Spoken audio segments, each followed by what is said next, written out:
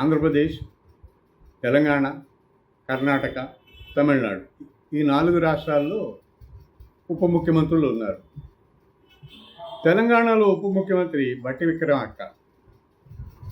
మల్లు బట్టి విక్రమార్క లేకుండా ప్రభుత్వ కార్యం ఏంటి కూడా అక్కడ జరగదు. ప్రభుత్వ కార్యక్రమం ఏదీ జరగదు.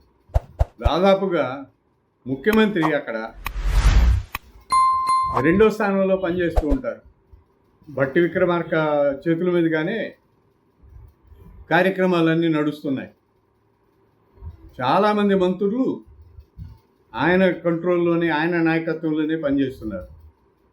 అధికారులందరిపై, అన్ని శాఖల అధికారులపై కూడా ఆయనకి ఆధిపత్యం ఉంది. అట్లా ఉంది ఆయన పనితీరు. ఇక పక్క రాష్ట్రంలో అంటే కర్ణాటకలో డికే శివకుమార్ అని ఆయన ఉప ముఖ్యమంత్రి. ముఖ్యమంత్రి సిద్ధరామయ్య కంటే కూడా ఎక్కువ పవర్ఫుల్ మ్యాన్. ముఖ్యమంత్రి స్టాలిన్ కొడుకు ఉదయనిధి స్టాలిన్ ఉప ముఖ్యమంత్రి.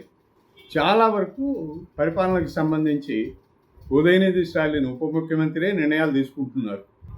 అలాగా ఈ 3 రాష్ట్రాల్లో కూడా ఉప ముఖ్యమంత్రులదే పైచేయిగా ఉంది.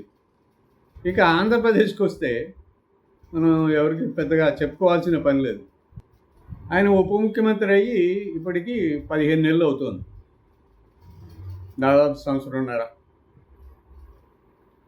ఏం చేస్తున్నారు అనేది ఈ ప్రజలకి, ఆయన ఉప ముఖ్యమంత్రిగా ఏం చేస్తున్నారు ఈ రాష్ట్రానికి అనేది ఈ ప్రజలకి ఇంతవరకు అర్థం కాలేదు. విచిత్రం ఏంటంటే ఏ మంత్రిత్వ శాఖ పైన కూడా ఆయనకి ఇప్పటికీ ఒక కంట్రోల్ రాలేదు, ఒక గ్రిప్ రాలేదు.